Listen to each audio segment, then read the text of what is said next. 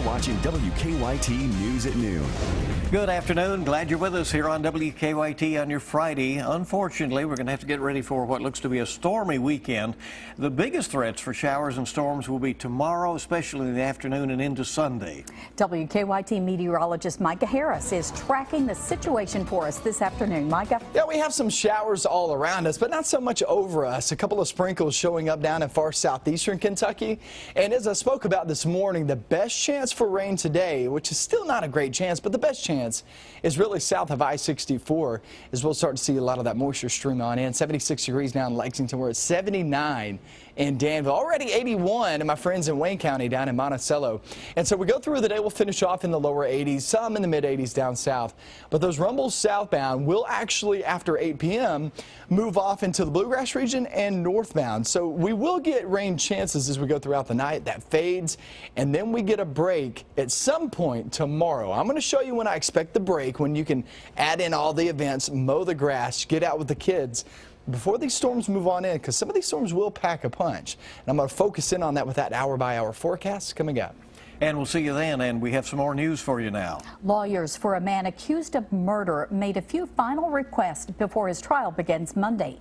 Mark Taylor is accused of kidnapping and killing Alex Johnson in December of 2013. One of the requests was to keep Johnson's mother from testifying. They're concerned that the prosecution will use her for sympathy. The judge denied the request, but said Johnson's mother cannot talk about how her son's death has affected her until the sentencing phase of the trial. Another hearing today for 3 people accused of killing a UK student. Efrain Diaz, Justin Smith, and Roman Gonzalez are charged with robbery and murder in the death of Jonathan Kruger last April. Today's hearing helped catch one of the suspect's new lawyers up on the case. And while no trial has been set, it could be scheduled for March of next year. A head-on crash sent 3 people to the hospital this morning. It happened just after 8 o'clock on Military Pike in Lexington. Police say the driver of a white pickup swerved to avoid a car that had crossed the center line, overcorrected, and ended up hitting the next car head-on. One of the victims had serious injuries. Fire destroyed a home early this morning. That happened on East 7th Street in Lexington. WKYT's Mike Byer shows us why firefighters say the home burned so quickly. This home behind me was destroyed by an early morning house fire. Lexington firefighters say it burned quickly because of what was inside. A typical hoarding situation, they keep everything, whether it's newspapers, magazines, sometimes trash. It makes for a really dangerous environment because we can't maneuver. There's a lot of hidden fires in it that make it especially difficult. Firefighters were called to this vacant home on East 7th Street shortly after 5:30 this morning. We're told the fire started in the back of the home. Firefighters say no one was inside at the time and that no one was hurt. At this time, crews aren't sure what caused the fire, but several witnesses tell us they saw 2 men enter the home shortly before the fire started. Vacant structures usually kind of draw in some of the transient folks, and sometimes they set up shop or home in there. We don't know that for sure. William Barber lives next door to the home. He says the flames at one point were about 30 feet in the air. Barber says this had him on the edge of his seat. I was concerned because, like I say, my car's here in the driveway and the flames was up in the tree. Now, as you can see behind me, these homes are pretty close to each other, only separated by a few feet. But because of the quick response time by the fire department, firefighters were able to keep the flames from spreading. In Lexington, Mike Byer, WKYT. Mike, thank you very much. The cause of the fire is still under investigation this afternoon. Police are continuing to search for a suspect in a shooting outside of a Lexington bar. Leslie Parson is wanted on assault charges now. Police say the victim, Skylar Ray, was shot in the head outside Saddle Ridge Bar located on South Broadway while trying to break up a fight. He remains at UK Hospital and is in critical condition. The Special Olympics of Kentucky kicked off at the state capitol this morning. Governor Matt Bevin lit the ceremonial torch. It will be traveling 40 miles by foot from Frankfort to Richmond. While organizers say they look forward to this weekend, they know for athletes it's even more exciting. And it means so much to them because they've achieved something that they realize they're working toward, and it's just to see that joy of the goal that they have achieved. Opening ceremonies begin at 7 o'clock tonight in the ravine at Eastern Kentucky University. An old mountaintop removal site in Bell County is a step closer to becoming a wildlife refuge. The Appalachian Wildlife Foundation has entered into a long-term lease with Asher Land and Mineral for 12,000 acres of land to create the refuge. The head of the foundation says the Wildlife Center will attract more than 600,000 tourists each year. That could generate millions of dollars and jobs for the region. We already have deer. There are bears here. In fact, my last 2 trips up here, I've seen bears. Wild turkeys, over 230 different species of birds. Ledford says they also plan to introduce about 200 elk to the property. There are also plans to build a 40,000 square foot visitor center. Work is expected to begin this summer. The Wildlife Center is expected to open in the fall of 2019. So be getting ready in the meantime, but that's a pretty exciting announcement down there. Exciting for the region, yes. Well, a big honor for a Whitley County middle school teacher. We'll introduce you to Morehead State University's Teacher of the Year winner coming up next. Now, your hour-by-hour forecast with meteorologist Micah Harris. Calm and quiet outside at this moment, and I really don't see much happening in the next couple of hours. So if you're needing to knock out some of these plans, some of these errands, you can do that and not have to worry about rain falling on you. 79 degrees there in Frankfort. We'll finish off in the low to mid 80s there in Frankfort. Lexington, we'll finish off low 80s. That goes for London and Corbin. Jackson, work your way over towards, say, West Liberty. And Morgan County, Mountain Parkway looking just fine early this afternoon. So let's go through it. So the rest of the day, remember, daylight hours, the best chance of rain in this region, Cumberland region. That's the best chance of rain. Now, we'll stay mainly dry. It's actually a pretty good looking afternoon. Go off into the night and into tomorrow morning. Here is the little nugget of the forecast that you need to hear. Because going off into the weekend, it's not looking that good. It looks pretty sloppy. So when can we get out and head out to some of these events? You got Cruise on Main there in Harrodsburg and Mercer County there Saturday evening, and a lot of events going on, okay? Morehead, their Trail Fest happening there Saturday morning, Rail Trail Festival there, and Royalton over in Magoffin County happening off into Saturday. So many events happening. So here's the breakdown of it. Morning hours is your best bet to stay dry. If you have any plans that you want to get out and get the family out and about, you'll want to do it during the morning hours, because here's what happens once we get past noontime. Here's noon, still bits and pieces. It's pretty much has looked the same the past couple of days, so confidence is gaining there for that forecast there during the morning hours and in toward that noontime. But once you get into the afternoon, look what happens. Here comes some showers and some thunderstorms rolling on through here, and these will be strong. There's no doubt about that. Very heavy rain, 1 to 2 inches of rain out of these as they pass on by, and also lightning too. So it's not fun to go through when you're trying to have some of these events. So morning hours, mainly dry, small chance of rain. Afternoon doesn't look so good. Afternoon and evening just does not look good whatsoever. Let's go off into the night and into Sunday, because we still have some of those yard sales going on, especially 68, and it looks like we're still going to be seeing some downpours out of that into Sunday. You got any events on Sunday?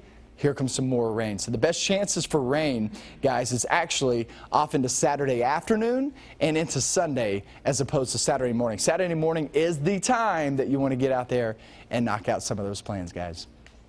All right, we thank you very much, and we have some special guests this afternoon. First off, she was chosen for more than 2,300 entries for the impact she makes in the life of her students. We're happy to be joined by Ashley Hensley from Whitley County High School, the winner of Morehead State University's Teacher of the Year contest, along with celebrated author Silas House, who nominated her.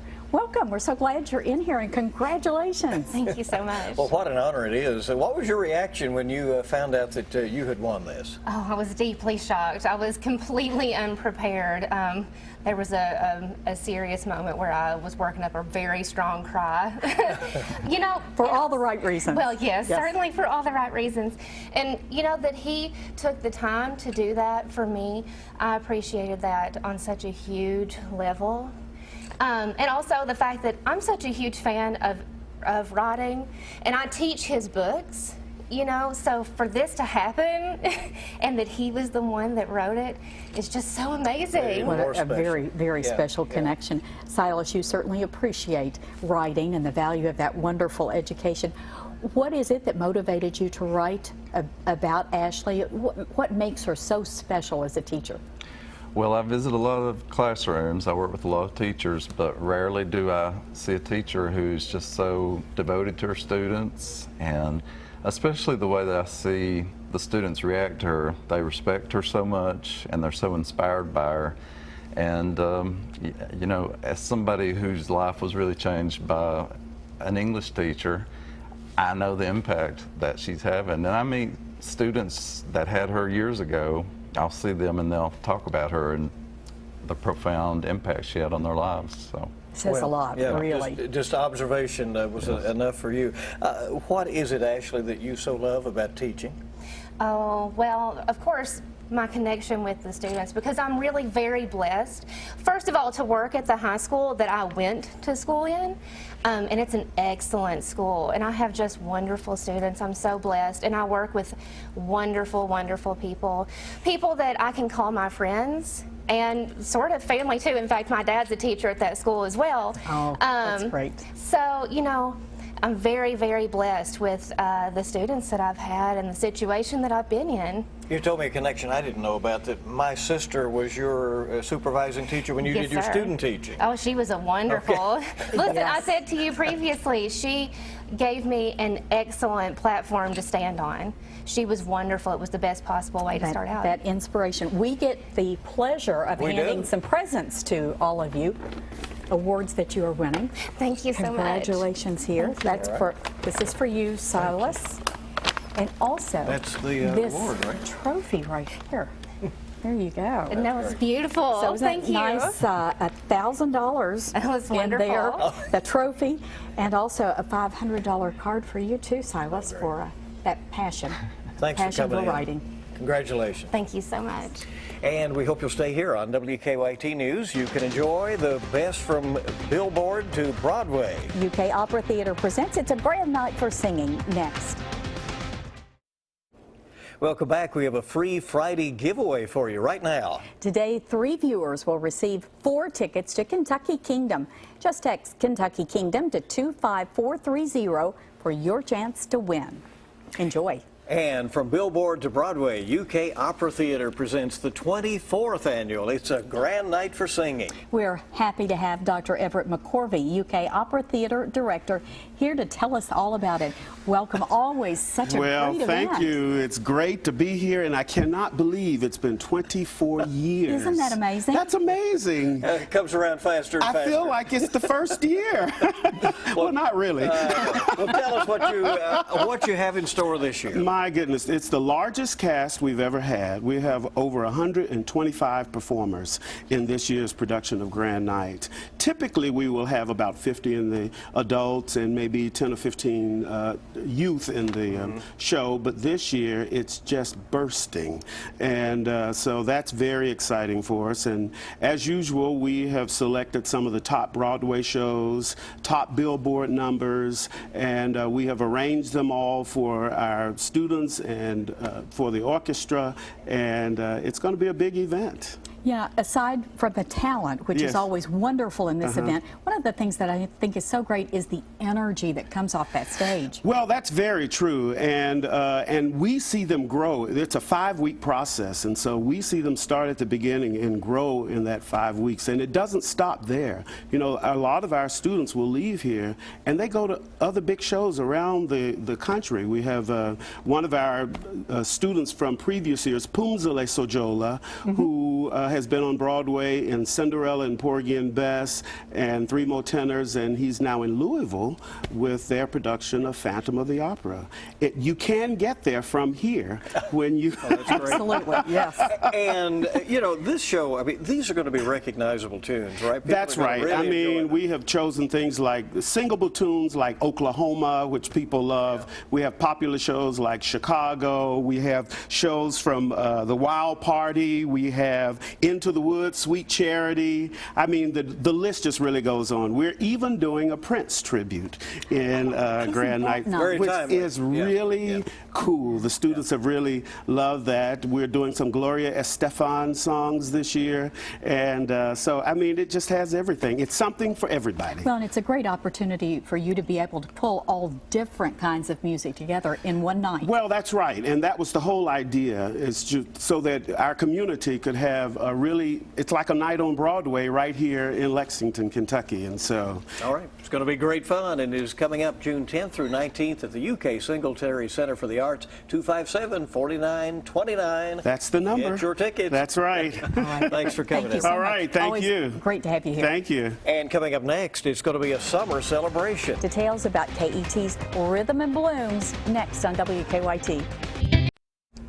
Welcome back to WKYT News. Are you ready for some rhythm and blooms? KET is thanking its loyal supporters by hosting its annual summer celebration. For more details, we're joined by Michelle Ripley, Commonwealth Fund for KET President, along with John Karloftis, Summer Celebration Honorary Chair. Welcome. Glad to have you in here. You brought some beautiful things that smell wonderful, too. Right. We'll find out a little bit more about that from John in just a moment. But first, Michelle, tell us about the summer celebration, what it's designed to do, and its importance to KET. Well, this is our 28th year. We're so excited to have John as our chair. And, of course, Don and Myra Ball invite us to their home every year on Donnemeyer Farm. And it's an opportunity to really celebrate KET and everything that we appreciate about the programming, including Comment Bill. We thank you for your service every Friday night on KET. Staff is great out there, too. Yeah, thank you. And all of that takes resources. And so this is an opportunity for folks to come out and have a great time and also support KET at the same time. John, we're always so proud of what you do for the state.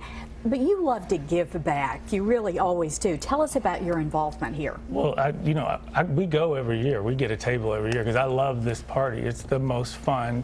June is the prettiest month to me, and the mission is worth just driving down the lane and into Donnemeyer Farm. It's beautiful. So we've invited a lot of friends from Cincinnati, bought tables, Columbus, because it's a great way to show Kentucky. And you're responsible for one special auction item that's quite interesting. Well, we're doing lots of auction items. We do vignettes every year, but this year we're going to do it a little bit different. We're going to do them, and people can bid for the lot. So we're doing these wonderful projects like Maker's Mark Distillery, and they've had a handmade bar that they're making that's going to be auctioned off. Out of whiskey barrels, so refined materials from the distillery. And it's in the process of being made right now. Longwood Antique Woods, they're making it right now. And then we're going to do Botherham and these gorgeous limestone urns worth $5,000, $6,000. So it's beautiful. Baptist Health, all the plants that we use at each place. And it's going to be a beautiful garden party. I love it. Just saying it, a beautiful garden party. And it smells so good in here. What am I smelling here? This is rose-scented geranium. Who's even heard of that before? And how beautiful. It's a beautiful plant. Really beautiful. It's a great cut flower. And I smelled it earlier. And then these are really nice. The gardenias, which there's nothing better. So. Right out of the Bothram garden. Wonderful. Well, very good. And these are just some of the auction items. We have golf trips. We have trips to the Caribbean. We have over 300 items, and we're doing something new this year. We can bid online, mobile bidding, and in fact, John is inviting lots of his friends around the country to start looking in at all that's available, and all that becomes available on Monday. All right. Just in time for the big event. A week from tonight, KET's summer celebration. Let's check in with Micah before we go. Yeah, we'll look for mainly south today. Toward tomorrow and off into Sunday, looks like the better opportunities of rain, guys. Thank you so much for joining us for WKYT News at noon. Our next newscast is at 4. Have a great weekend, everybody.